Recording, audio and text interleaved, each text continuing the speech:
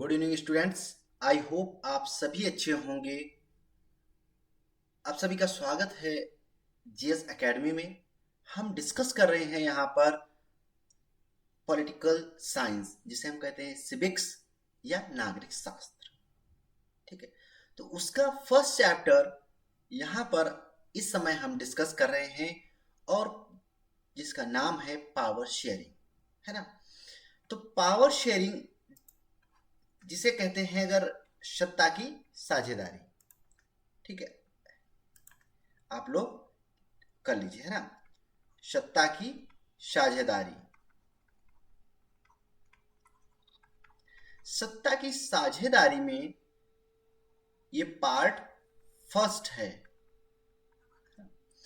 तो इसमें हमने डिस्कस किया था कि सिविक्स किसे कहते हैं, नागरिक शास्त्र क्या है, सिटीजन्स का कौन होते हैं, उनका रोल क्या होता है, सिविक सेंस क्या होता है, यानी नागरिक की जो भावना है वो क्या होती है, और साथ में सिविक्स किसे कहते हैं, नागरिक शास्त्र किसे कहते हैं। इसके वर्ड का जो ओरिजिन की बात की थी, और साथ में इसके फादर की बात की थी, इंडियन कॉन्स्टिट्यूशन की बात की थी, और मैनी पार्ट। तो इसके लिए आप जो इसका इंट्रोडक्टरी पार्ट है वो प्लेलिस्ट में जाके आप चेक कर सकते हैं। ठीक है, मिशन यूपी टॉप, जिसमें सोशल साइंस क्लास 10th की जो प्लेलिस्ट है उसमें आप जाके चेकआउट कर सकते हैं, और उसको देखिएगा जरूर, क्योंकि तभी आपको चीजें समझ में आएंगी, है ना।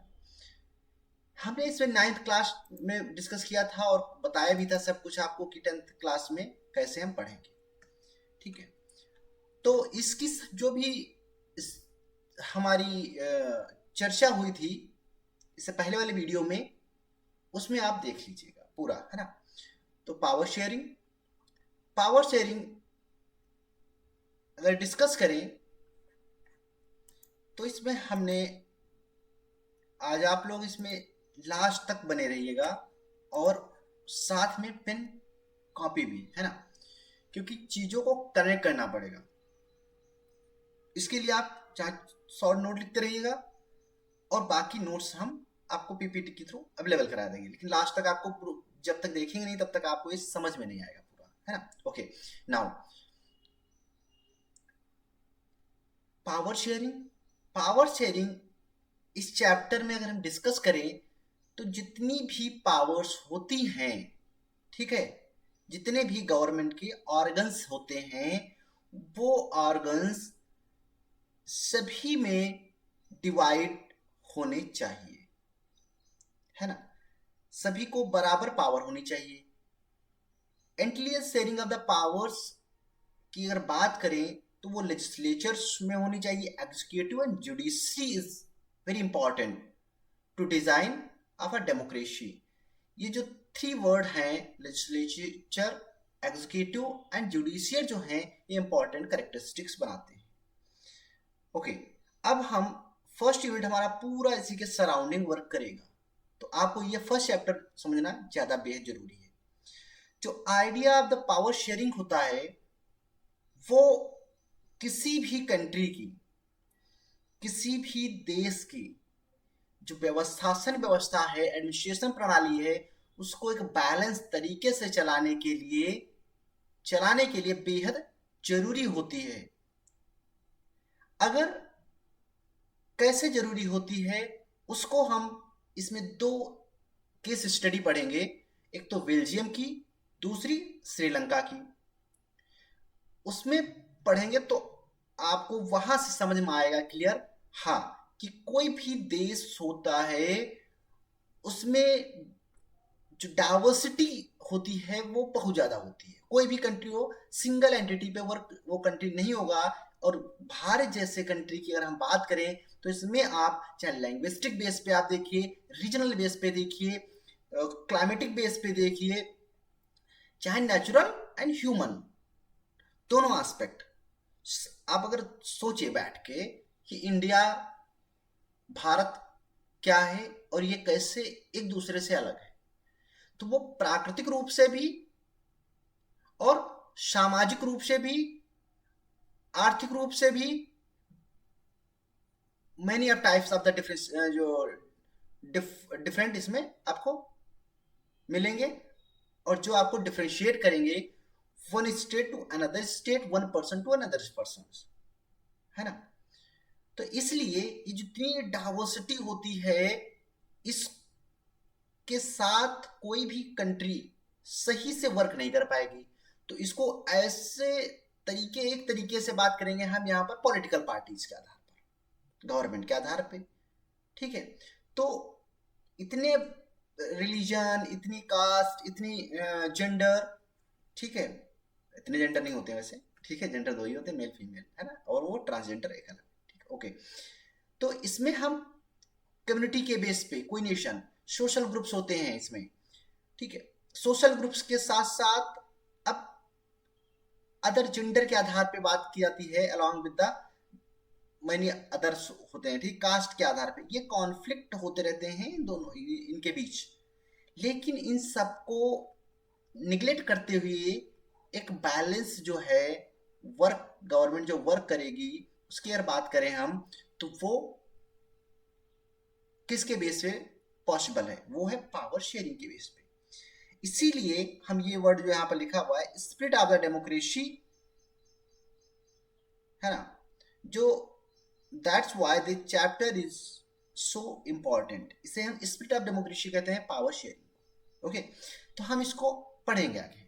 तो कोई देश है, कोई कंट्री है, अगर सपोज दैट, तो इसमें स्टेट्स होंगे, इससे स्टेट्स में क्या होंगे, सोशल रिलीजन होंगे, है ना, रिलीजन होंगे, डिफरेंट डिफरेंट रिलीजन के आधार पे। इसमें रिलीजन के बाद हम अगर बात करें तो कास्ट सिस्टम होगा, कास्ट सिस्टम के बाद अगर बात करें तो जेंडर की बात होने लगती है ना। जेंडर में भी अगर डिस्कस करें तो सिंपल, अगर हम मेल और फीमेल, तो इसमें क्या होता है, एक और ओरिजिन होता है इकोनॉमिक बेस, है ना, इकोनॉमिक बेस ओरिजिन हो जाता है। फिर इस तरह से इकोनॉमिक लिटरेसी और डिफरेंट डिफरेंट टाइप्स की जो ग्रुप्स होते हैं, उसमें पूरी कम्युनिटी डिवाइड हो जाती है। अब इनको एक साथ लेके एक बेहतर तरीके से चलने के लिए हमें दो कंट्रियों की समझना होगा, स्टडी को, केस स्टडी को, जिसमें हम अभी meaning of the power sharing समझेंगे, जिसमें हम केस स्टडी को देखेंगे बेल्जियम और श्रीलंका की। तो power sharing is a technique, वो टेक्निक है जो शेयर करती है पावर डिफरेंट लेवल्स पे, ठीक है, विभिन्न स्तर पे, चाहे वो रिलीजन बात करें, है ना, या कास्ट के आधार पे बात करें, या इकोनॉमिक बेस पे हम बात करें, सोशल बेस पे बात करें, तो इनमें क्या है, डिफरेंट लेवल्स पे पावर को शेयर की जाती है, राजनीतिक शक्ति को, है ना। In an idea included in a democracy, ये जो आइडिया है ये डेमोक्रेसी का एक पार्ट है, और इसी के आधार पर डेमोक्रेसी क्या कहती है, किसी एक के हाथ में कोई पावर नहीं होनी चाहिए। अगर एक के हाथ में पावर हो गई तो वो हो जाएगी डिक्टेटरशिप के आधार पे, वो वहां पर मोनार्की सिस्टम आ जाएगा, जो कि क्लास 9th में पढ़े हो, जिसे किंग्स बोलते हैं, जो कि हेरिडिटी के बेस पे वर्क करता है ना। तो ये चीजें एक बैलेंस या सस्टेनेबल डेमोक्रेसी के लिए बेहतर नहीं है। Two forms can be keep the check on each others, India is an example of holding together federations, ठीक है। इंडिया में डेमोक्रेसी है और साथ में फेडरल गवर्नमेंट है, फेडरल नहीं, सेमी फेडरल की बात करेंगे हम, लेकिन हाँ फिर भी जो होल्ड करती है वो फेडरल के जो कैरेक्टरिस्टिक्स हैं, ठीक है। Power shared between the centre government and the different constituent जो है, स्टेट्स जो होते हैं उनके आधार पे। तो भारत या कोई भी देश है, पावर शेयरिंग सेंटर गवर्नमेंट और उनके जितने भी छोटे छोटे राज्य हैं, स्टेट्स हैं, या जिन्हें हम राजनीतिक बॉडी के आधार पर देखते हैं, छोटी छोटी कॉन्स्टिट्यूएंट स्टेट्स की बात करते हैं, राजनीतिक जो राज्य होते हैं उनमें बटी होनी चाहिए, और भारत जैसे देश में तो बेहद जरूरी है। अब हम आगे पढ़ने से पहले हम यहाँ पर डिस्कस करेंगे एक वर्ड, एथनिसिटी। आप लोग बिल्कुल शांतपूर्वक बस सुनते रहिएगा जो हम बोल रहे हैं, है ना, क्योंकि उसी के आधार पर इन सबको भी आगे आपको नीड पड़ेगी, इसीलिए हम इसको पहले बताने की कोशिश कर रहे हैं, जिससे आप बेहतर तरीके से अपने अंदर एक समझ डेवलप कर सको और उसको हम अभी आगे इसकी बहुत ही नीड पड़ने वाली है, ठीक है। ओके, तो एथनिसिटी की बात करते हैं। एथनिसिटी तो अगर इसको समझेंगे तो इसे जातीय आधार पर देखते हैं, है ना, कि जो समाज है वो विभिन्न विभिन्न जातीय आधार पर बटा हुआ है, ठीक है। A social division based on the shared culture, culture के आधार पर जो समाज है हमारा बटा हुआ है। तो आप पहले यहां पर आइए, एथनिक ग्रुप्स इन इंडिया में, तो इंडिया में इंडो आर्यन, द्रविड़ और मंगोलाइड, तीन आपको मेजर एथनिसिटी दिख रही है ना। एथनिक ग्रुप्स जो हैं वो आपको दिख रहे हैं, और इसमें आप पिक्चर में भी देखिए, कोई कुछ पहने हुए है, कोई साड़ी पहने है, कोई नॉर्मल वैसे है ना, कोई सूट बूट में है, या अलग अलग कलर, रेश, है ना, हाइट और हेयर जो स्ट्रक्चर है उनका बनावट है, या उनकी जो बॉडी का वो है, तो इस आधार पे हर एक पीपल अलग अलग टाइप का होता है, अलग अलग एथनिसिटी से बिलोंग करता है, और उनके जो है कल्चर के आधार पर, जैसे हम अगर अपनी बात करें इंडो आर्यन में, हम लोग एक लंबे सुडौल कद के होते हैं, इसको अगर पढ़ेंगे तो इसका अलग से टॉपिक है, टॉपिक में पूरे चैप्टर्स होते हैं, ठीक है, आगे जाके पढ़ेंगे आप। तो ये आप देखिए, ये विभिन्न विभिन्न कल्चर के आधार पे अलग होते हैं, है ना। जैसे हम अगर अपने भारत की बात करें तो हमारे यहाँ मकर संक्रांति होती है, नॉर्मल उसमें बात करें हिंदुओं में या उसमें अपने, ठीक है। तो और इसी आधार पे हम अगर दूसरे पंजाबी उसमें ले लें, ठीक है, तो वो लोग अपना उसी के मकर संक्रांति के टाइम वो दूसरा मनाते हैं त्योहार।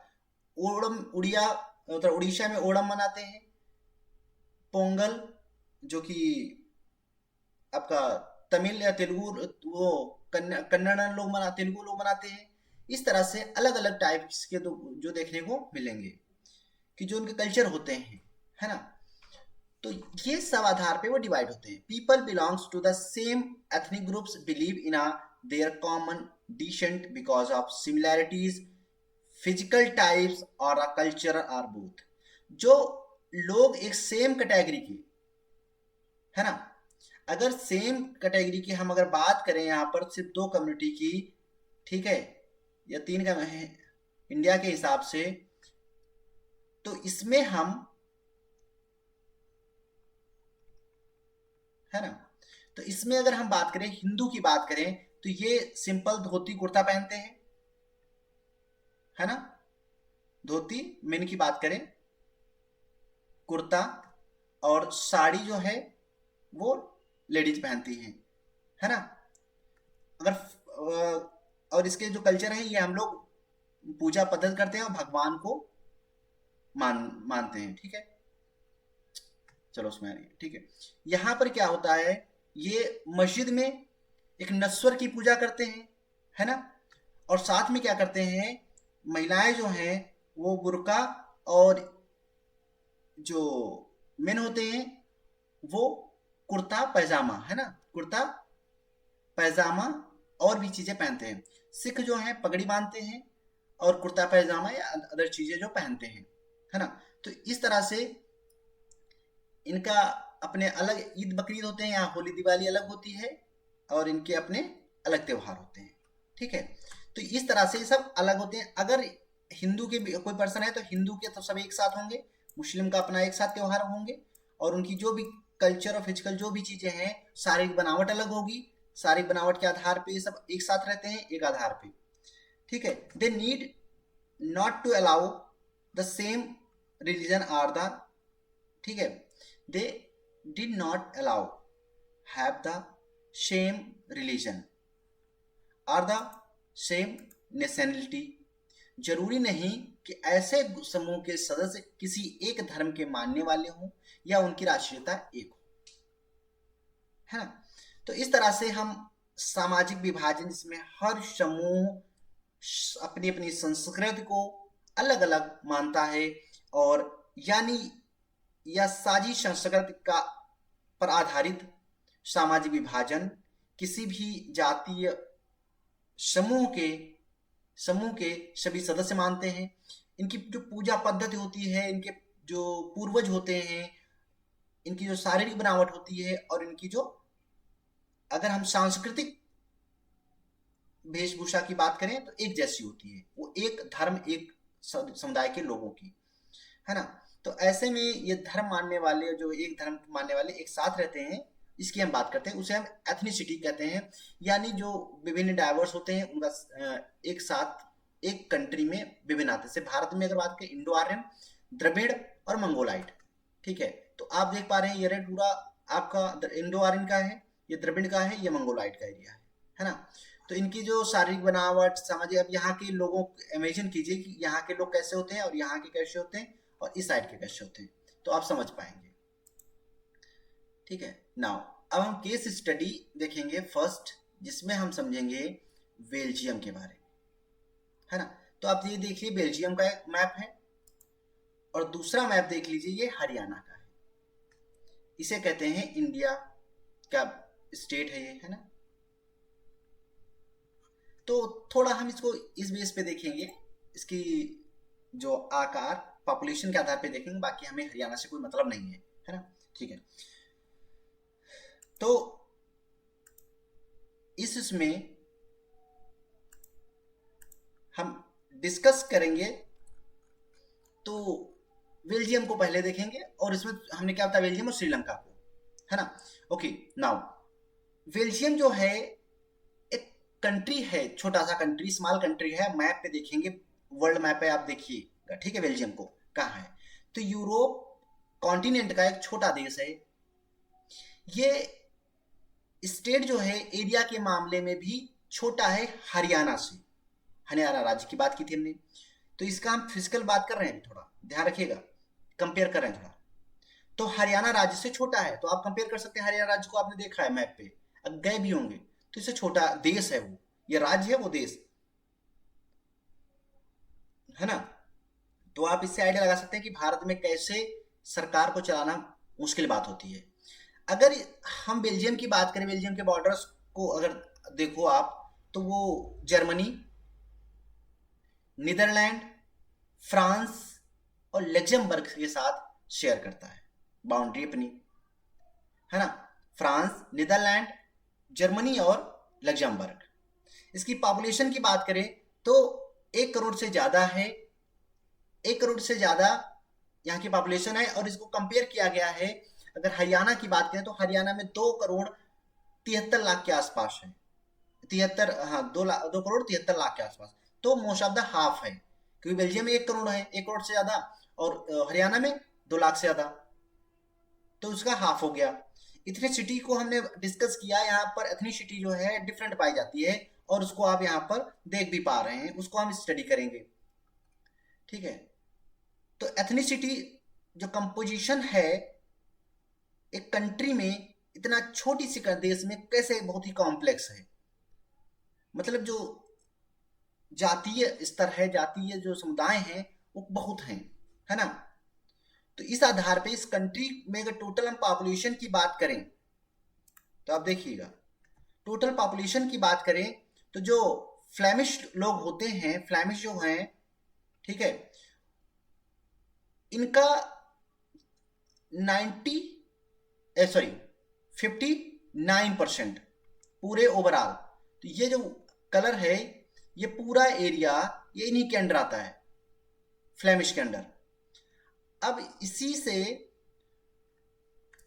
जो दूसरा समुदाय ग्रुप है हमारा, तो इसकी हम बात करेंगे। यहाँ पर जो वेनोलिया जो है, बेलोनिया में के लोग जो हैं वो 40% 40% लोग हैं, ये आप देखिए रेड वाला पूरा एरिया। ठीक, अभी बाकी में ध्यान दीजिएगा। जर्मन बोलने वाले लोग ये छोटे से एरिया में 1% ही हैं, 1% से ज्यादा नहीं है। क्लियर? तो फ्लैमिश कितने हैं? 49। ठीक है, और 40% कौन है? 59, सॉरी 59 फ्लैमिश है, और 40% कौन है? वेलोनिया है ना। और 1% जो सिर्फ जर्मन लोग हैं। ठीक है, वो जर्मन लोग हैं। अब इसमें हम डिस्कस करेंगे। अब आप ये वाला जो पोर्शन देख रहे हैं, ये वाला पोर्शन, इस पे फोकस कीजिएगा। इसे कहते हैं ब्रुसेल्स, जो कि कैपिटल रीजन है इस पूरे बेल्जियम का। बेल्जियम की राजधानी जिसे कहते हैं, राजधानी क्या है बेल्जियम की? बेल्जियम की राजधानी है ब्रुसेल्स, याद रखिएगा। ठीक है, अब हम आगे डिस्कस करेंगे, आप इसको बस ध्यान रखिएगा। तो और सुनते रहिएगा बहुत ही अच्छे तरीके से इसके बारे में। ओके, तो अब इस में हमने बात की वेनोलिया की क्षेत्र की। जो लोग रहते हैं, पहले उधर फैमिलीज की बात की थी, है ना, फैमिलीज की बात की थी। ये वाला देखिए आप, ये वाला फैमिलीज की। तो ये क्या बोलते हैं? ये डच भाषा बोलते हैं, ये ध्यान रखिएगा। और फैमिलीज लोग क्या बोलते हैं? फ्रेंच भाषा। विलेनिया लोग क्या बोलते हैं? फ्रेंच भाषा। ठीक, तो इसमें कंफ्यूजन मत क्रिएट कीजिएगा, कोई भी कंफ्यूजन नहीं है। जो फ्लैमिश में रहते हैं, फ्लैमिश इलाके में 59% पीपल वो डच भाषा बोलते हैं, डच लैंग्वेज बोलते हैं। और 40% जो वेलोनिया के क्षेत्र में रहने वाले लोग हैं, वो कौन सी भाषा बोलते हैं? वो बोलते हैं फ्रेंच भाषा। 1% लोग जर्मन बोलते हैं, जो कि साइड में आप देखिए, है ना, बेलोनिया के। क्लियर? राजधानी जो ब्रुसेल्स है, कैपिटल ब्रुसेल्स में 80% जो लोग हैं वो फ्रेंच बोलते हैं, और 20% लोग डच बोलते हैं, है ना। 80% लोग क्या बोलते हैं यहां पर? फ्रेंच और डच की बात की गई है ना, फ्रेंच और डच। तो यानी यहां पर डच बोलने वाले 80% फ्रेंच बोलते हैं, और जो डच है भाषा वो सिर्फ 20% लोग बोलते हैं। क्लियर? अब हम इसको ध्यान रखिएगा, जो जो पॉइंट बोल रहा हूं बिल्कुल सही सुनिएगा। अब इसमें जो डच हैं वो माइनॉरिटीज की उस श्रेणी में, माइनॉरिटीज जो है वो फ्रेंच स्पीकिंग कम्युनिटी यहां पर एज रिलेटिव, अगर बात करें डच के कंपेयर में, रिच एंड पावरफुल है ना। तो डच क्या है? डच माइनॉरिटी है ना। तो डच भाषाई लोग, फ्रेंच रिच, और बात की गई फ्रेंच भाषी लोग तुलनात्मक रूप से ज्यादा समृद्ध और ताकतवर है। बहुत अगर बाद में बात करें आर्थिक विकास और शिक्षा का लाभ पाने वाले डच भाषाई लोग को इस आधार पे, जो इकोनॉमिक आधार पे बात करते हैं, तो वो इस स्थिति से नाराजगी थी, क्योंकि वहां पर क्या है, ताकतवर और समृद्ध जो है वो फ्रेंच लोग हैं, डच भाषाई लोग नहीं है। ठीक है, इसके चलते स्टोरी बहुत ही ध्यान से सुनिएगा। 1950, 1950 एंड 1960 के दशक में, अगर डिकेड्स में आई विल डिस्कस डिकेड, दशक, और एक डिकेड के अंतर्गत वन डिकेड हैविंग, है ना, 10 ईयर, याद रखिएगा। एक डिकेड या दशक जिसे कहते हैं हम, जिसे दशक कहते हैं हम, ठीक है, दशक कहते हैं, वो 10 साल होते हैं। तो दशक में फ्रेंच और डच स्पीकिंग पीपल्स के ग्रुप में बीच टेंशन ओरिजिनेट हो गई। तो दोनों समुदायों के बीच क्या होता है कि एक विशेष रूप से टकराव होता है, वो भी कहाँ पे, ब्रुसेल्स, जो कि बेल्जियम की राजधानी है। हम राजधानी की बात कर रहे हैं क्षेत्र की, है ना, वहां। क्यों? क्योंकि वहां पर 80% लोग फ्रेंच बोलते थे, 20% लोग डच बोलते थे, और इसको देखते हुए वहां पर फ्रेंच भाषाई लोगों में ताकतवर समृद्ध हुआ करते थे। डच का ऐसा कोई आर्थिक और शिक्षा का जो लाभ है उससे वो लोग पीछे हुआ करते थे। इस नाराजगी के चलते 1950 टू 1960 में डच के डिकेड्स में डच और फ्रेंच लोगों में जो लैंग्वेज के आधार पे आपस में टेंशन ओरिजिनेट हो गई, और जिसके स्वरूप अगर हम बात करें तो ये एक बड़ी समस्या का रूप लेने वाली थी। डच बोलने वाले संख्या के हिसाब से अपेक्षाकृत ज्यादा थे,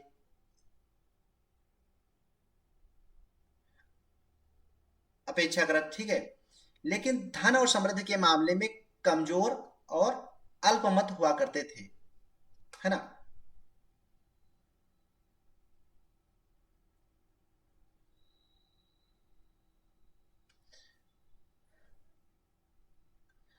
ठीक, तो इस आधार पे अगर बात करें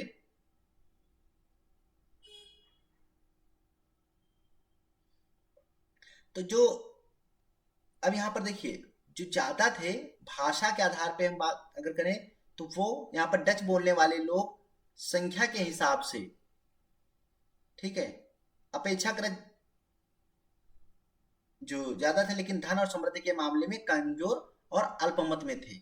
तो इस आधार पे सेम हम दूसरे कंट्री की बात कर लें तो हमने यहाँ पर डिस्कस किया,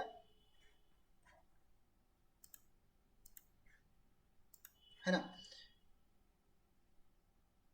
ब्रुसेल्स के बारे में बताया कि यहाँ पर 80%, 20% लैंग्वेज के आधार पे फ्रेंच डच, लेकिन यहाँ पर जो पॉपुलेशन थी वो पॉपुलेशन के आधार पे भाषाई लोग जो 80 और इसकी बात करते हैं, ठीक है, तो इसके आधार पे यहाँ पर क्या हुआ, आपस में तनातनी होने लगी, जिससे क्या होता था वहां पर इकोनॉमिक इनको लाभ नहीं मिल पा रहा था किसी भी प्रकार का। तो इसके बाद हम डिस्कस करेंगे सेकंड उसकी, अगर सेकंड उसमें, तो यहाँ पर ये आपकी लिखी हुई है पूरी हिस्ट्री उसका, जो फ्रेंच गवर्नमेंट है उसकी भी। तो इसको आगे हम अगर डिस्कस करें श्रीलंका के बारे में, दूसरी केस स्टडी, ठीक है, सेम अगर वहां की याद रखिएगा कि फ्रेंच और डच लोगों में आपस में तनातनी कहाँ, ब्रुसेल्स में हुई थी, सामाजिक सत्ता को लेके। क्यों? क्योंकि वहां पर जो बाकी बोलने वाले हैं, अब सेम श्रीलंका का प्रोसेस यहाँ पर चलता है। श्रीलंका की अगर हम बात करें तो एक छोटा सा कंट्री है, आप देख पा रहे हो, और जो कि एक आइलैंड है, और ये आइलैंड है भारत के दक्षिण में, और ये हरियाणा से, हरियाणा की कंपेयर किया गया है इसको दोनों का। इसमें भी आप पहले कम्युनिटी देख ली, सिंगलीज होती हैं, श्रीलंका तमिल होते हैं, इंडियन तमिल्स होते हैं और मुस्लिम होते हैं। तो आपको जितना रेड पोर्शन दिख रहा है ये इंडियन तमिल्स का दिख रहा है ना, ये यहाँ जहाँ रेड रेड आपको स्पॉट दिख रहे हैं। इसमें बाकी ये आपको जो दिख रहा है, तो ये आप सिंगलीज देखिए केशरिया वाले, उसमें मुस्लिम्स ये आपको पॉइंट्स में दिख रहे हैं, है ना, डॉट्स में। और वहीं श्रीलंका के तमिल की बात करें तो ये जो नॉर्दर्न पार्ट है उसमें आप देख पा रहे हैं। तो आई थिंक आपको ये यहाँ की इथनिसिटी जो है वो समझ में आ गई होगी। तो इस आधार पे ये तमिलनाडु से दक्षिण में है, मतलब इंडिया के दक्षिण में है कुछ किलोमीटर। इसकी आबादी की बात करें तो 2 करोड़ है के आसपास। तो यानी अगर तो 2 करोड़ की बात करेंगे तो हरियाणा और ये लगभग बराबर पे आ जाएंगे। हमने हरियाणा की 2 करोड़ 70 लाख के बताया था, है ना, तो ये दोनों बराबर हैं।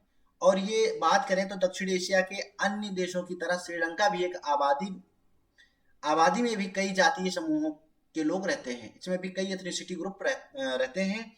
और इसमें साथ में जो सबसे ज्यादा लोग हैं वो सिंगलीज लोग हैं, जो कि आपने वहां पर एरिया के आधार पे देखा कि सीरिया मैप पे देखिए, ठीक है।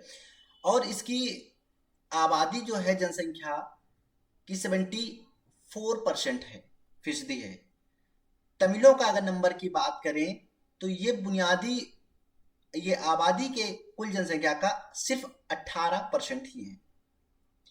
तमिलों में भी दो समूह हैं, सिर्फ 18% तमिल है, उसमें दो समूह हैं। एक तो श्रीलंकाई तमिल जो 13% है, और दूसरा है वहां पर इंडियन तमिल्स का, यानी हिंदुस्तानी इंडियन तमिल्स का। तो इंडियन तमिल्स, अब वो इंडियन तमिल्स कौन है?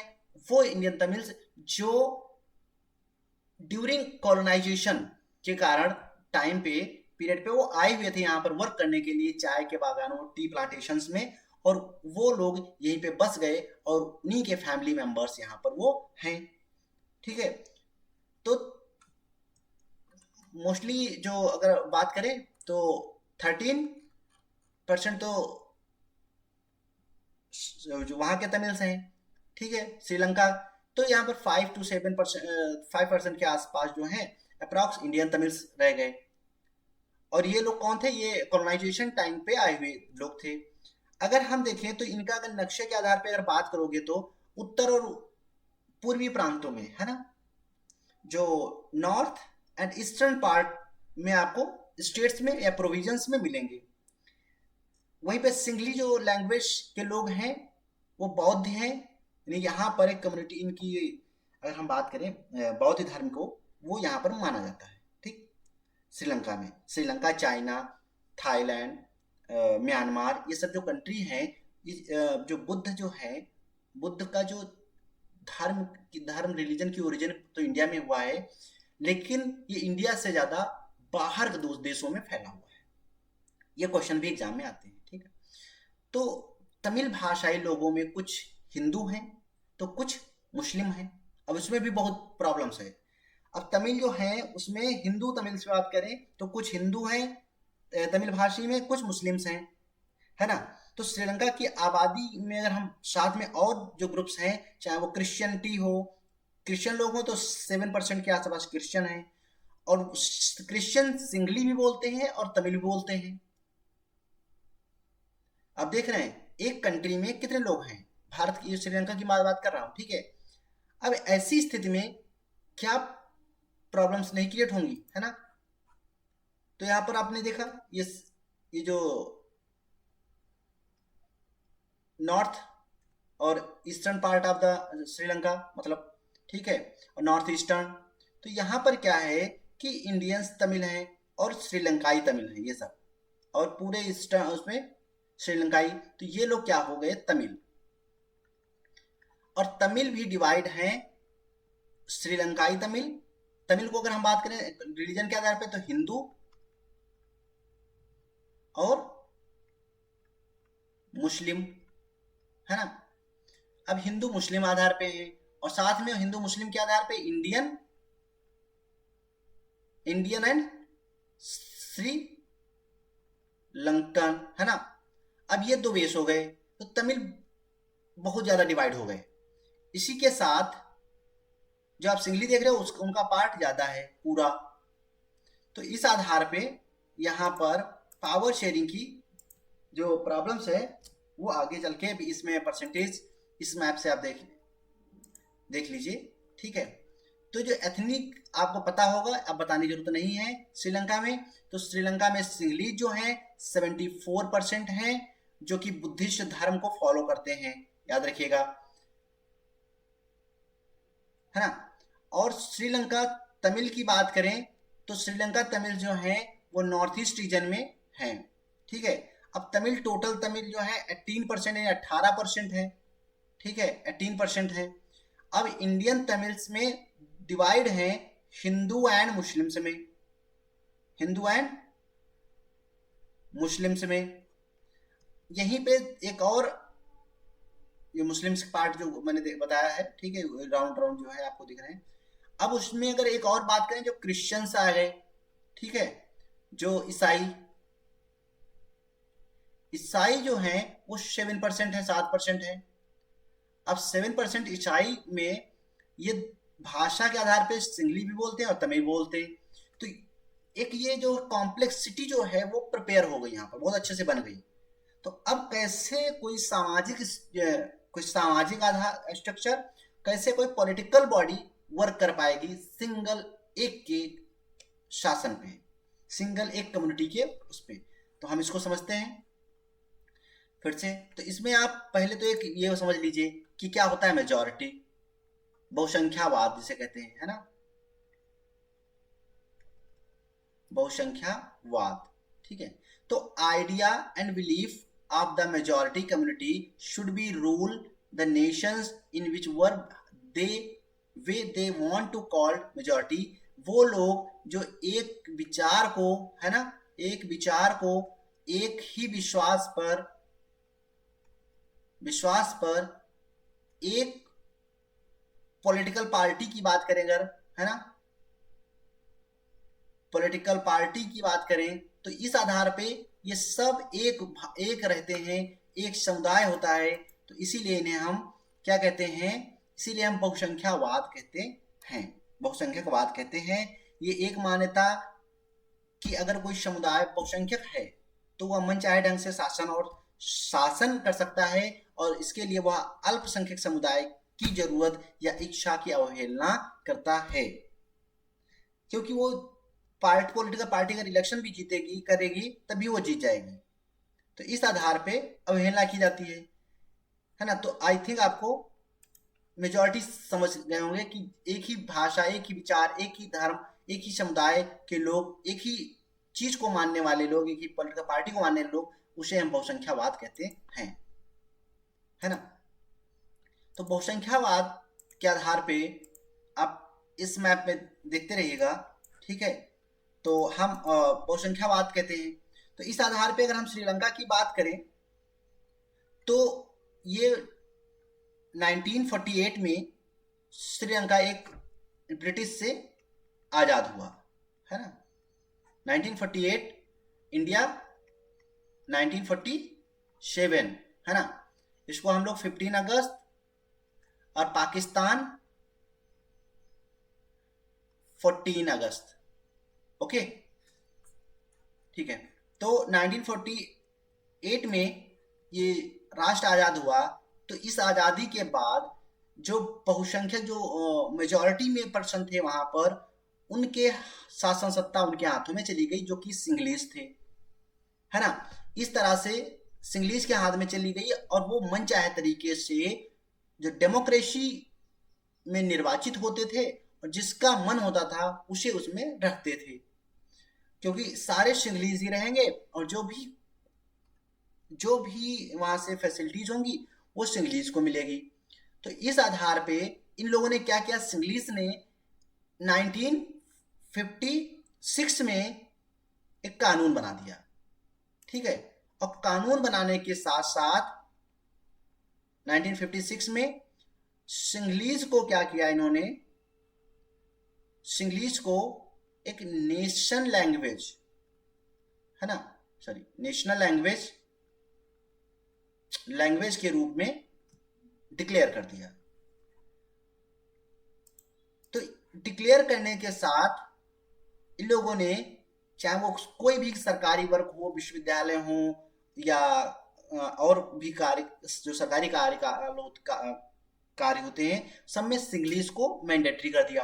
अब कुछ तो सिंगली बोलते हैं, कुछ तमिल बोलते हैं, तो तमिल सिंगली से कैसे समझ पाएंगे वो चीज। तो इस आधार को लेते हुए कि अब सब कुछ सिंगली में करना पड़ेगा, इसको लेते हुए क्या हुआ कि जो एक लोगों में एक भावना उत्पन्न हुई कि हमको अपने जो उनके राइट्स थे उसके प्रति, साथ में दूसरा क्या हुआ, जब नया संविधान भी बन गया उसमें बौद्ध को जो है, जो बुद्धिस्ट लोग थे, यानी उनको क्या हुआ, उनको आरक्षण मिल गया, रिजर्वेशन मिला और उनको आगे बात की गई। क्यों इनको रिजर्वेशन मिला, तो इस मैप से देखिए आप, क्योंकि ये लोग क्या, सिंगलीज लोग क्या थे, वो बुद्धिस्ट फॉलो करते थे, है ना। तो सिंगलीज ही बुद्धिस्ट है, तो इस आधार पे उनको आरक्षण दिया गया और बढ़ावा दिया गया, उनको गवर्नमेंट जॉब्स में रखना जाने लगा, और साथ में जो तमिल्स थे उनको इग्नोर किया जाने लगा, चाहे शासन सत्ता से, चाहे किसी भी तरीके की स्कीम्स से लेके। तो इस तरह से क्या हुआ, सारी जो पॉलिटिकल पार्टीज थी और जो भी कल्चर या कुछ भी हुआ करता था जो संस्कृत को लेके, सब सिंगलीज के नेतृत्व में हो रहा था। लीडरशिप सिंगलीज की थी, यानी जो बुद्धिस्ट को फॉलो करते थे उनके हाथों में हो गई। तो ये जो है वहां पर प्रॉब्लम्स क्रिएट होने लगी और दो ग्रुप डिवाइड होने लगे। तो संविधान और सरकार की जो ये पॉलिसी थी वहां पर, उन्होंने समान राजनीतिक जो अधिकारों से एक दूसरा समुदाय, तमिल समुदाय, वंचित होने लगा। तो इससे क्या हुआ, उनकी चाहे तमिल समुदाय को नौकरी हो, ठीक है, या अदर कोई स्कीम्स हो, मैंने बात की, या वर्क हो, तो उसमें दोनों में भेदभाव होने लगे। तो इनके हितों की अनदेखी की जा रही थी। इस सब को देखते हुए तमिल एंड सिंगलीज समुदाय में के जो संबंध हैं वो आपस में बिगड़ते चले गए। अब बिगड़ते चले गए तो क्या हुआ, थोड़ा टाइम लग सकता है, लेकिन हाँ, ये आप पूरी स्टोरी समझ लीजिए। बिगड़ते चले जाने के साथ इसमें जो तमिल्स थे, तमिल ने क्या किया, एक अलग से अपनी जो है पॉलिटिकल पार्टी बनाई और तमिल भाषा को राजभाषा घोषित कर दिया, है ना। सिंगलीज ने अपना काम किया, इन्होंने सिंगलीज लैंग्वेज और उसको किया, बुद्धिस्ट को बढ़ावा दिया, है ना। तमिल्स ने क्या किया, तमिल ने अपनी एक अलग तमिल पॉलिटिकल पार्टी बनाई, है ना, पॉलिटिकल पार्टी बनाई, और अपनी जो नेशनल लैंग्वेज थी उसको क्या किया, वो तमिल रख दी, कर दी, ठीक।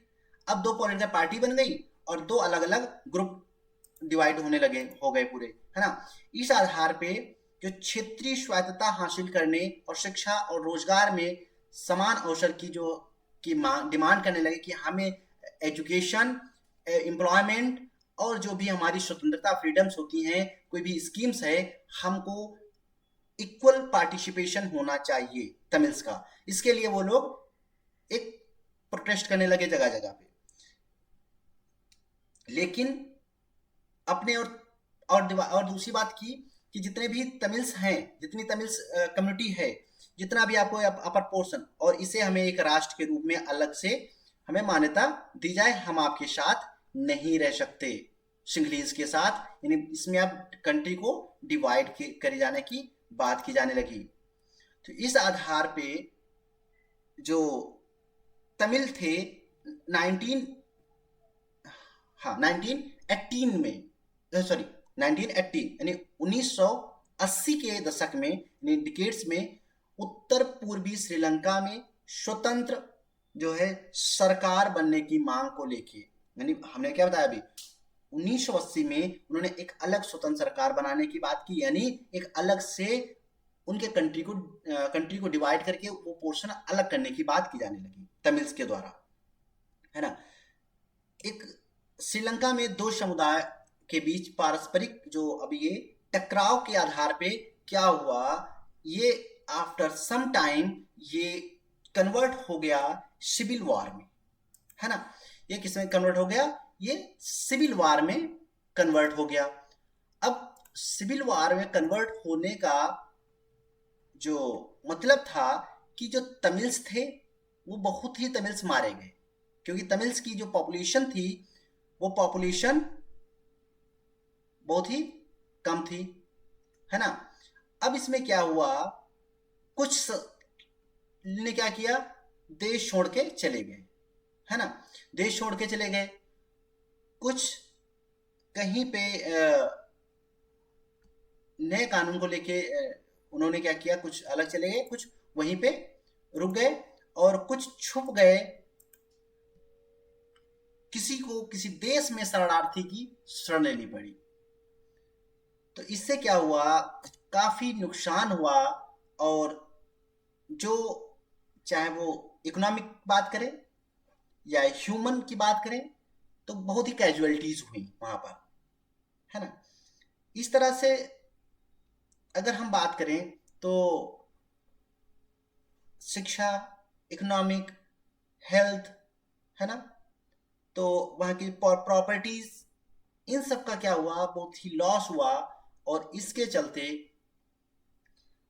जो धीरे धीरे इनमें आपस में जो गृह युद्ध से वहां पर जो परेशानियां उत्पन्न हो रही थी, उनको क्या किया गया, धीरे धीरे रोका जाने लगा।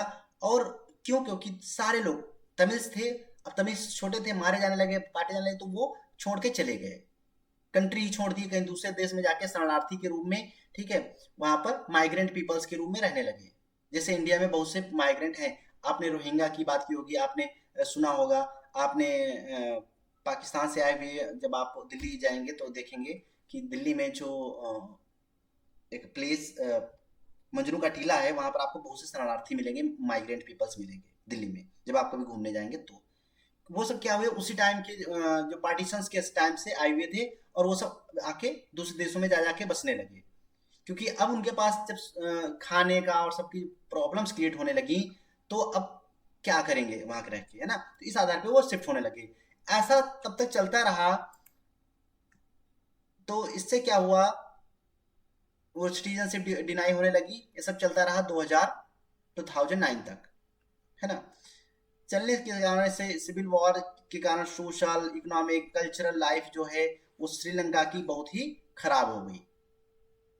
तो खरा ये सब चलते हुए 2009 में इसको बंद किया गया, ठीक है। और इससे क्या होता है, गृह युद्ध से या इन सब से जो इंटरनल जो यूनिटी है वो अंडरमाइन होती है, यानी वो खतरे में रहती है। जब आप यूनाइट नहीं रहेंगे तो कैसे प्रॉपर वर्क होगा। तो ये सब सिचुएशंस बनती चली गई, है ना। तो इन सिचुएशन से क्या हुआ, सिचुएशंस ने वहां पर बहुत सी प्रॉब्लम्स क्रिएट कर दी। अब दूसरी तरफ हम डिस्कस कर रहे थे, तो हमने आपको श्रीलंका की सुना दी बात, दूसरी तरफ हम डिस्कस कर रहे थे बेल्जियम की। तो बेल्जियम में ऐसा साथ में, क्योंकि दोनों चीजें बराबर चल रही थी ना, बेल्जियम और श्रीलंका में, तो अब बेल्जियम में क्या हुआ, बेल्जियम में ऐसा कुछ नहीं हुआ था, ठीक है। ये आप वो लिखा है वो पढ़ लेना, है ना।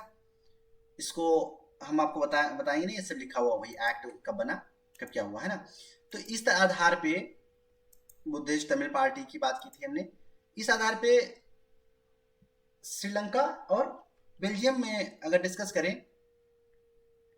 तो अब बेल्जियम, अब श्रीलंका में तो बहुत से प्रॉब्लम्स हुई, क्योंकि इन लोगों ने एक साथ सामंजस्य की बात ही नहीं की। लेकिन बेल्जियम में लोगों ने क्या किया कि वहां के नेताओं ने ये सब जो है श्रीलंका से अलग एक रास्ता निकाला, जिससे क्या हो कि लोग आपस में ना तो लड़े, ना तो जो गृह युद्ध है, ठीक है, जो सिविल वॉर है वो होने से मैंने देखा श्रीलंका में कि सामाजिक, सोशल, कल्चरल, इकोनॉमिक जो लाइफ थी लोगों की कैसे डिस्ट्रॉय हो गई, है ना। तो इन सबको देखते हुए 1917 से 1993 के बीच में जो बेल्जियम की गवर्नमेंट थी उसने क्या किया, संशोधन किया, और वो भी अपने कॉन्स्टिट्यूशन में 4 जो कॉन्स्टिट्यूशनल जो है अमेंडमेंट के साथ उन्होंने अपने देश में जो मिलजुल कर रहने की बात की। तो जो व्यवस्था थी वो, अगर बात करें, बहुत ही अनप्रेडिक्टेबल थी, कि ऐसा पॉसिबिलिटीज नहीं है वहां पर, है ना, है ना। तो लेकिन बेल्जियम मॉडल ने क्या कर दिखाया कि इसको गलत साबित किया, और गलत साबित करने के साथ बेल्जियम में, ठीक है, तो हम यहाँ पर अगर पढ़े बेल्जियम में क्या हुआ, अगर ये पहले सिमिलरिटी देख ले बेल्जियम और श्रीलंका की, तो ये दोनों डेमोक्रेसीज थी, ठीक है, पावर शेयरिंग कर रहे थे डिफरेंट डिफरेंट ग्रुप्स के रूप में, है ना। लेकिन अरेंजमेंट का डिफरेंट था, ठीक है, power sharing arrangement is different, दोनों का डिफरेंट था। इन्होंने क्या किया, श्रीलंका में क्या हुआ, अभी मैंने बात की कि सिविल वॉर, है ना, सिविल वॉर हुआ। लेकिन अब बेल्जियम की अगर बात करें हम, तो बेल्जियम में पावर शेयरिंग हुई, है ना, पावर शेयरिंग हुई, जिसको हमने यहाँ पर बात की। अब किस आधार पे पावर शेयरिंग हुई ये देख लीजिए, ठीक है।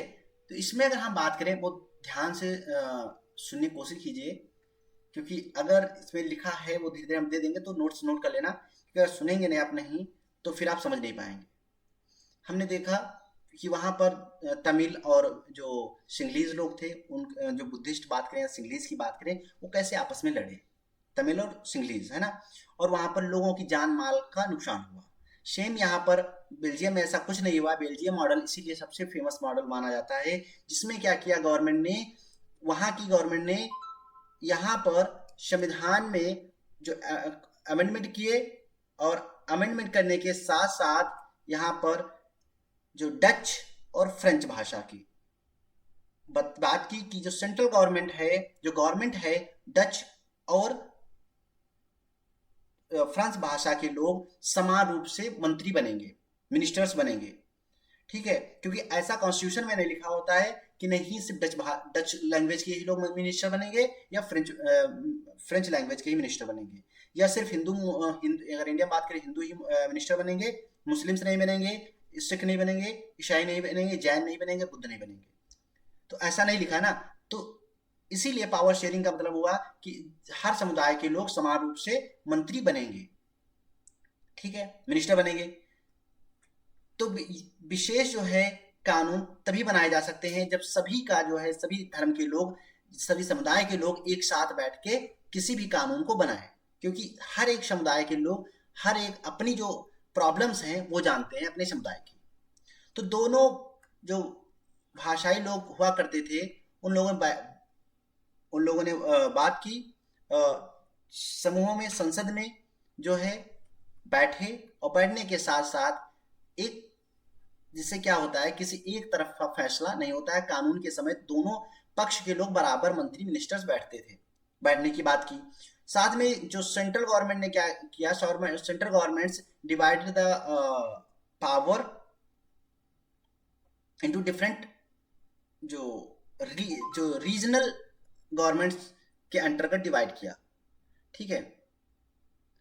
तो उसने क्या किया कि जो पावर थी सेंट्रल गवर्नमेंट के साथ साथ, तो डच और फ्रेंच लैंग्वेज में डिवाइड किया, और साथ में रीजनल बेस पे सरकार के आधार पे डिवाइड किया, ठीक है। राज्य सरकारें केंद्र सरकार के अधीन वर्क नहीं करेंगी, इसका मतलब ये नहीं कि वो अनियंत्रित हो जाएंगी, वर्क करेंगी अपने बेस पे, अपना डेवलपमेंट के आधार पे, ठीक है। अगर डेवलपमेंट नहीं कर रही है, इंटरनल कोई प्रॉब्लम्स क्रिएट कर रही हैं, हो रही है, तो सेंट्रल गवर्नमेंट उससे हस्तक्षेप करेगी, नहीं तो वो अपना काम करें, अपने समुदाय को डेवलप करें अच्छे से बेहतर, ठीक है। तो इसी तरह से जो ब्रसेल्स में सरकार जो थी, दोनों समुदाय का समान जो है पार्टिसिपेशन उसमें होने लगा, चाहे फ्रेंच लैंग्वेज के लोग हों या डच लैंग्वेज के पीपल्स हों, दोनों का जो पार्टिसिपेशन है वो इक्वल हो गया, और उन लोगों ने स्वीकार किया उसको अच्छे से, ठीक है। और केंद्रीय और राज्य सरकारों के अलावा जो तीसरी सरकार की बात की गई, वो थी सामुदायिक सरकार, जो कि क्षेत्रीय सरकार वहां बनी, जो कि ग्राम जैसे लेवल पे नहीं होती है जिला परिषद, वैसे।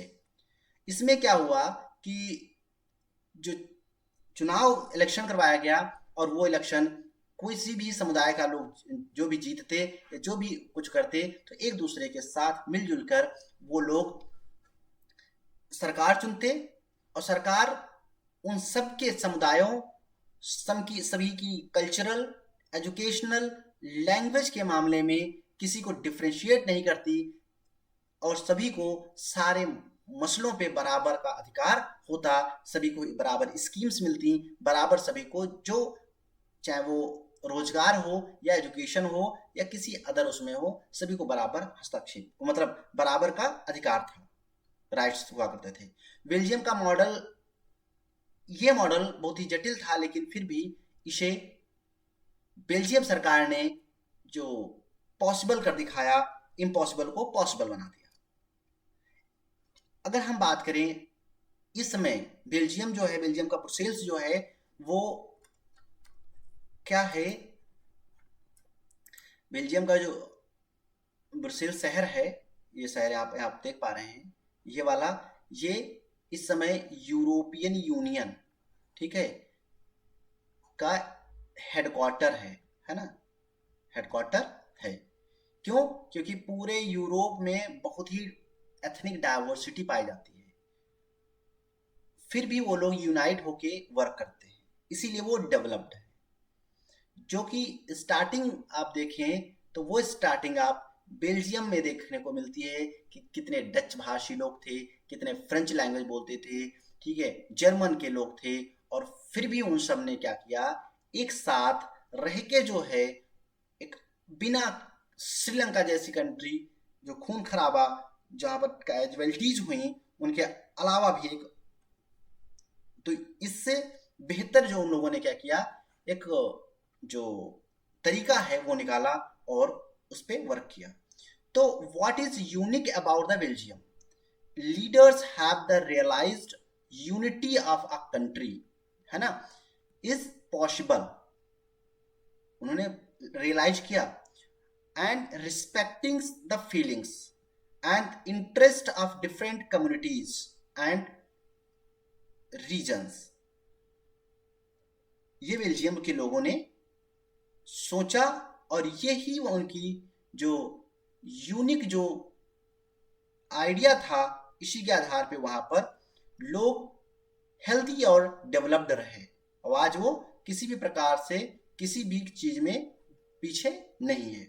बट श्रीलंका का अगर हम बात करें ड्रॉबैक की, तो यहाँ का ड्रॉबैक क्या रहा, तो यहाँ में डोमिनेंस जो है वो मेजॉरिटी कम्युनिटी के आधार पर बात की जाने लगी, जिसमें सिंगलीज, जिसे हम बुद्धिस्ट, ये बुद्ध की वो फॉलो करते थे, बुद्धिस्ट थे, मतलब बुद्ध जो धर्म है, ठीक है, रिफ्यूज किया था इन लोगों ने to share the power, power share ना करने की बात की, जो कि किसमें, तमिल्स में और सिंगलीज में आपस में, ठीक है। तो इससे क्या हुआ, यहाँ रिजल्ट जो है डिसयूनिटी निकला, और डिसयूनिटी का जो परिणाम हुआ वो हुआ सिविल वॉर, है ना, सिविल वॉर हुआ, और जिससे यहाँ पर काफी लोग मारे गए, है ना, मारे गए, और कुछ देश छोड़ के चले गए। तो इससे आप क्या कहेंगे कि पावर शेयरिंग अच्छी है या नहीं, कमेंट बॉक्स में बताइए, ठीक है।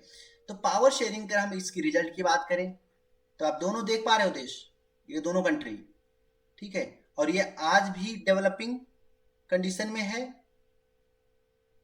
ना, और ये डेवलप्ड है, ओके, ठीक है। We can conclude the Belgium model little complicated था, क्योंकि यहां पर भी बहुत सी आपस में सिविल वॉर की जैसी कंडीशंस ओरिजिनेट हो गई थी, but successful Belgium leaders realized किया कि एक दूसरों की भावनाओं का सम्मान करना, एक दूसरे की संस्कृति का सम्मान करना, एक दूसरे को बराबर शिक्षा का अधिकार होना चाहिए, राइट टू एजुकेशन होना चाहिए, राइट टू जो वर्क होना चाहिए, राइट टू पॉलिटिक्स में या आइडियाज शेयर करने का होना चाहिए। तो इस तरह से इन लोगों ने रियलाइज करके एक दूसरे की को रिस्पेक्ट करके एक बेहतर बेल्जियम मॉडल वर्ल्ड के सामने रखा, ठीक। तो country unit is possible only the respecting, unity तभी संभव है जब रिस्पेक्ट होगी। जैसे इंडिया में अगर हम बात करें तो चल रही है, जहां पर रिस्पेक्ट या एक दूसरे के साथ बात ऐसी करते हैं कि नहीं, आप मुस्लिम्स हो, आप हिंदू हो, आप सिख हो, आप जैन हो, और आपका ये गलत है, आपका वो गलत है, और आप ये सही नहीं करते हो, आप वो नहीं सही करते हो। तो इस आधार पे अगर आप बात करेंगे तो उस कंट्री में क्या है, यूनिटी नहीं रहेगी, जिससे वो country after some time decay हो जाएगा। Feeling interest different communities and religion, ये उनका मूल मंत्र था, और इसी आधार पे उन्होंने अपने कंट्री में जो गृह युद्ध है, सिविल वॉर होने से बचा लिया। आप ये मोंटेगी एक रास्ता का एक ग्रांड मार्क करके लिखा हुआ है, यानी ग्रांड पैलेस जो है, तो ये डच, उसमें डच और फ्रेंच दोनों लैंग्वेज में लिखा हुआ है, ये एक गांव का रास्ता है। तो आप इससे आइडिया, बेल्जियम शहर में एक गली का, तो इससे आप आइडिया लगा सकते हो कि कैसे एक दूसरे दोनों की लैंग्वेज की ये लोग सम्मान का रिस्पेक्ट कर रहे हैं, दोनों की उसका। तो इस आप ये जो एड्रेस दिया हुआ है उसके आधार पे लगा सकते हो। इसीलिए आप देखते हो कोई भी यूनिवर्सिटीज है, कोई भी गवर्नमेंट है इंडिया की, तो उर्दू, हिंदी, इंग्लिश, सभी में जो भी प्रेस रिलीज होगी वो रिलीज होती है सभी लैंग्वेज में, है ना। तो इस तरह से जो मॉडल था वो एक बेहतर, अब आप इसमें बताइए हमको, श्रीलंका बेहतर था या बेल्जियम का। आई होप आपको पूरी स्टोरी आपको समझ में आ गई होगी। ठीक है, हम कल पढ़ेंगे अपने इसमें why is power sharing desirable in a democracy. Okay, तो आज हमने क्या क्या पढ़ा, आज बहुत लंबी क्लास हो गई, चलिए एक बार कर लेता हूँ और उसके बाद हम इसको कंक्लूड करते हैं और फिर कल। लेकिन हाँ, इसको आप अगर सही से सुने होंगे तो बेहतर आपको समझ हो गई होगी दोनों उसमें। ओके, तो हमने यहाँ पर आज डिस्कस किया कि मीनिंग ऑफ द, ठीक है, पावर शेयरिंग किसे कहते हैं, पावर शेयरिंग का इंट्रोडक्शन देखा। ठीक है, इसके बाद हमने बात की meaning of the power sharing, techniques power sharing, ethnicity क्या होती है। एथनिसिटी के बाद अगर हम बात करें तो बेल्जियम के बारे में हमने आपको बताया और हमने और हरियाणा से कंपैरिजन भी कराया। बेल्जियम में कैसे ब्रुसेल्स कैपिटल में एक रीजन में डच लोग ज़्यादा जो माइनॉरिटीज में रहते हैं और इनकी जो लैंग्वेज की बात करें तो कम है और बाकी वैसे लोग ज़्यादा रहते हैं। ठीक है, नॉर्मल उसमें पॉपुलेशन के आधार पे। फेलमिश की बात की हमने 59% थे जिसमें डच लोग रहते थे, और वोलोनिया की बात करें तो उसमें 40% लोग रहते थे, जो रेड आप देख पा रहे हो ये एरिया। ठीक है, और 1% लोग ये जर्मन भाषा के थे। और लोगों ने कैसे अपनी कंट्री में बात की, ये इस की पीडीएफ आपको मिल जाएगी। श्रीलंका में वही देखा, सिंगलीज जो श्रीलंकाई तमिल और इंडियन तमिल और मुस्लिम्स के बारे में बात की। ठीक है, इसमें लेकिन इसमें क्या हुआ, इसमें बहुत ही नुकसान झेलना पड़ा और श्रीलंका में, है ना, क्योंकि यहाँ पर सिविल वॉर हो गया था, क्योंकि यहाँ की जो पॉलिटिकल पार्टीज हैं इन लोगों ने आपस में क्या यूनिटी नहीं दिखाई, है ना, एक दूसरे का रिस्पेक्ट नहीं किया एज कंपेयर बेल्जियम के तरीके से। तो यहाँ पर हुआ, यहाँ पर मेजोरिटी की हमने बस समझा था क्या होता है। यहाँ पर एथनिसिटी जो सिंगलीज तमिल और तमिल इंडियन तमिल्स की बात करते थे और क्रिश्चियंस की बात की, और केस स्टडी उसमें देखा श्रीलंका में। तो इस आधार पे कि जो रीजन था, रीजन जो सिंगलीज थे वो लोग कौन सा फॉलो करते थे, बुद्धिस्ट फॉलो करते थे, है ना, इसकी बात की। कैसे प्रोटेस्ट हुए वहां पर तमिल्स लोगों के द्वारा किए गए, उनको अपने इक्वल अपॉर्चुनिटी की बात करने के लिए, चाहे वो एजुकेशन हो या जॉब के लिए। ठीक है, सिविल वॉर हुआ क्योंकि आपस में लोग बातें मानने तैयार नहीं थे। बेल्जियम में सिमिलरिटीज कैसे थी, बोथ डेमोक्रेसीज हैं, दोनों प्रजातंत्र हुआ करते थे, दोनों में डिफरेंस था पावर की अरेंजमेंट को लेके, है ना, कैसे किया जाए, शेयर किया जाए। लेकिन अगर हम बात करें बेल्जियम ने क्या किया, एक दूसरे का रिस्पेक्ट किया, कि respect of the feelings, respect of the interest और the different communities and regions. But as compare Belgians ने श्रीलंका के किसी भी तरीके का कोई फॉलो नहीं किया। इसने जो है रिफ्यूज कर दिया तमिल्स को पावर देने की बात, पावर शेयरिंग से। ठीक है, किसने, सिंगलीज ने। तो इससे क्या हुआ, डिसयूनिटी उत्पन्न हुई और सिविल वॉर देखने को मिला। इस तरह से हम कह सकते हैं कि यहाँ पर पावर शेयरिंग कैसे जरूरी है। ठीक है, और पावर शेयरिंग के आधार पर कोई भी कंट्री डेवलप बन सकता है, कोई भी बेकार बन सकता है। So thank you so much. आज का कैसा लगा जो क्लास था, प्लीज कमेंट बॉक्स में जरूर बताइएगा, है ना, और अपने फ्रेंड के साथ शेयर कीजिएगा। अगर न्यू है तो सब्सक्राइब कर लीजिएगा। Thank you so much.